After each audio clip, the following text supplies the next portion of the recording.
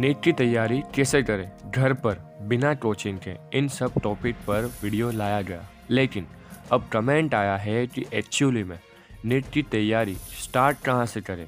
तो आज के इस वीडियो में आपको स्टेप बाय स्टेप बताया जाएगा कि कहाँ से स्टार्ट करनी है।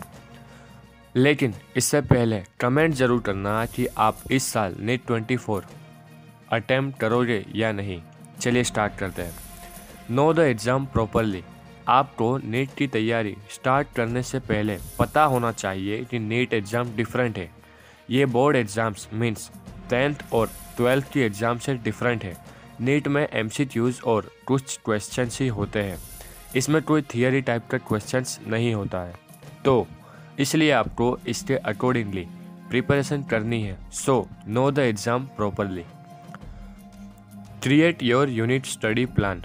आपको किसी और की वीडियोस देखने की जगह आपको अपना एक यूनिट स्टडी प्लान बनाना चाहिए, जिसे सिर्फ आप जानते हो और जिसे आपको 100% बेनिफिट मिलता हो। आपको ही पता है कि आप देर रात तक पढ़ाई कर सकते हो या अर्ली मॉर्निंग पढ़ाई कर सकते हो, तो इसलिए उस हिसाब से आपको एक यूनिट स्टडी प्लान बनाना चाहिए।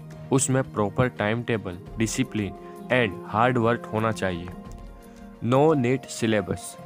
नीट की प्रिपरेशन और उसके लिए टाइम टेबल बनाने से पहले आपको नीट का कंप्लीट सिलेबस जान लेना चाहिए, ताकि आप अपना टाइम टेबल और प्रिपरेशन बेस्ट वे में कर सकें।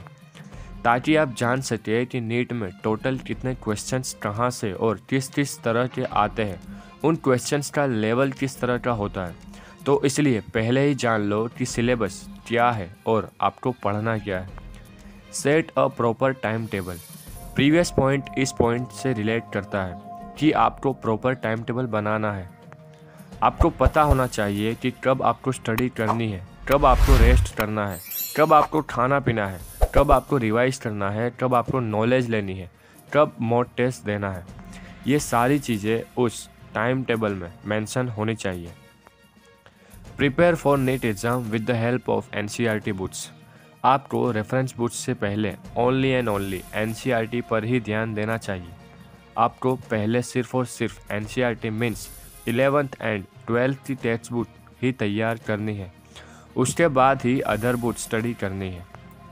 Also consult other reference books for additional materials.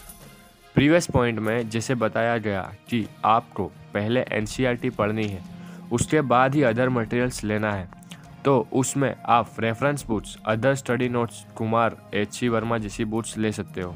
लेकिन NCERT पढ़ने के बाद गिव मॉक टेस्ट। आपको टाइम पर मॉक टेस्ट देते रहना है। इससे आपको पता चलेगा कि आप कहाँ पर स्टैंड करते हो। आपको पता चलेगा कि आपको अभी कितनी प्रिपरेशन करनी है और कितनी कंप्लीट हो गई है।